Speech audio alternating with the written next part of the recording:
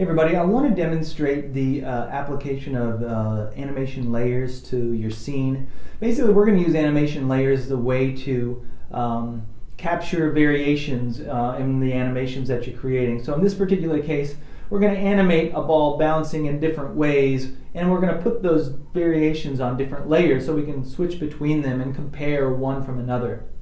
So in this scene, we have our bouncing ball rig here, and I have my scene that has the breakdown of all my keyframes for the descending energy, and that's covered in our video that introduces the bouncing ball. So I'm not going to take the time to explain that because I cover it in that video already.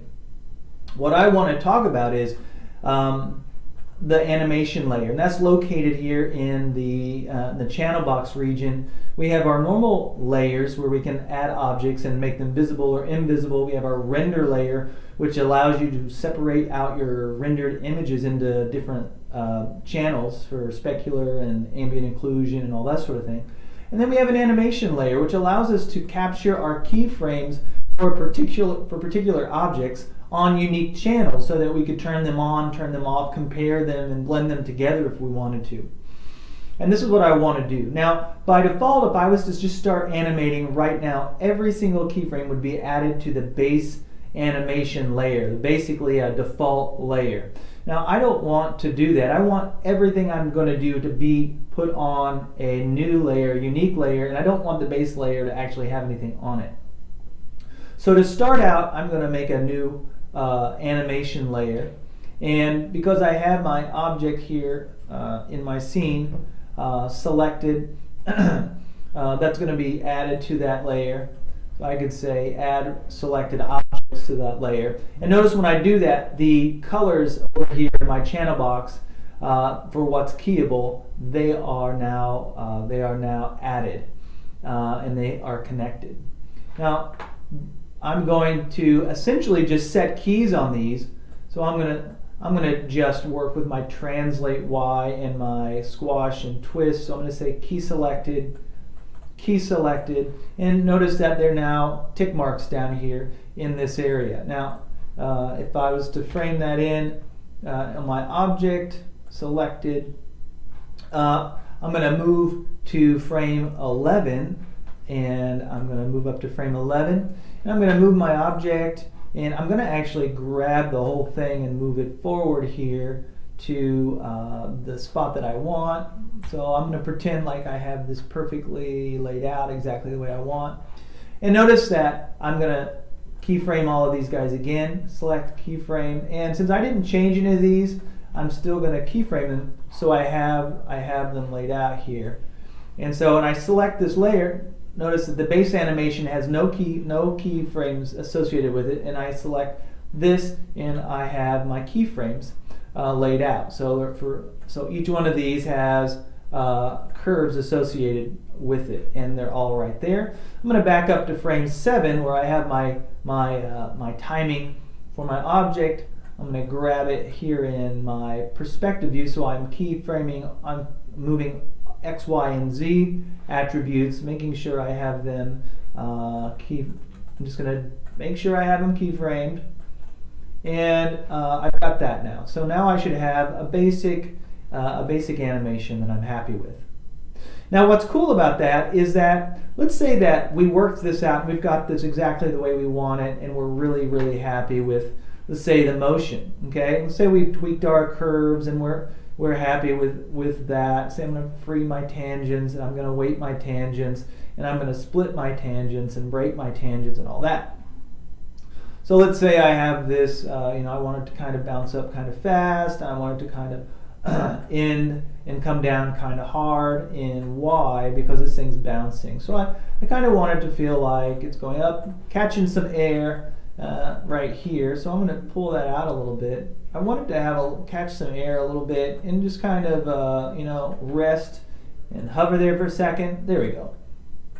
Well, it's a very subtle kind of thing. So it kind of hits some air. I might make it a little bit longer or whatever. But the idea is once I work this out, I have my keys all on this layer.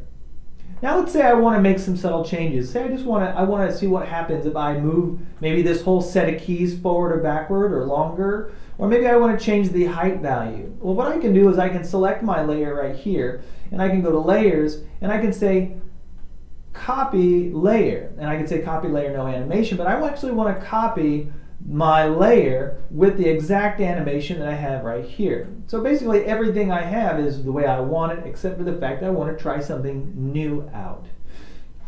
You'll notice that by default it throws things off a little bit. You notice that the animation now is off. Well, what's happening is that it's actually taking these animation values and it is adding them together and causing the values to be higher than they were when you originally keyed them.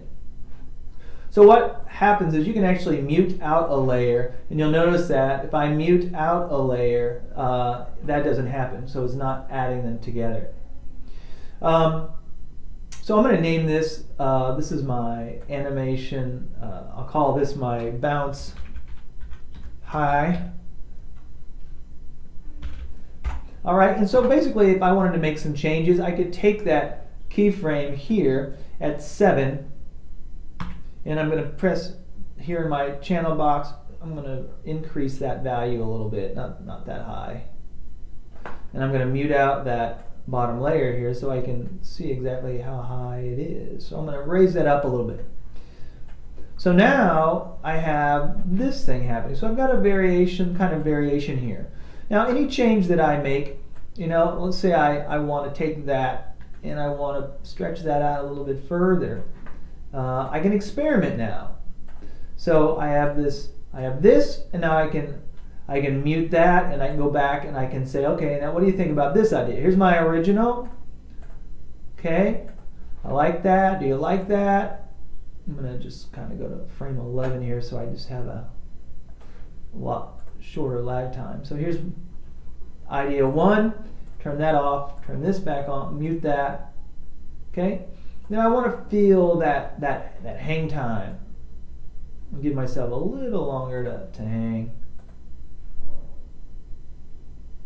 Do I want that object to drop faster or not as fast, longer? So the idea is, well, maybe I want to take this, maybe I want to try something else. Maybe, okay, I'm going to go to layers. So maybe I like that bounce high, and I want to say change. I'm going to copy that layer, and now I'm going to say high, and then I'm going to say more hang time.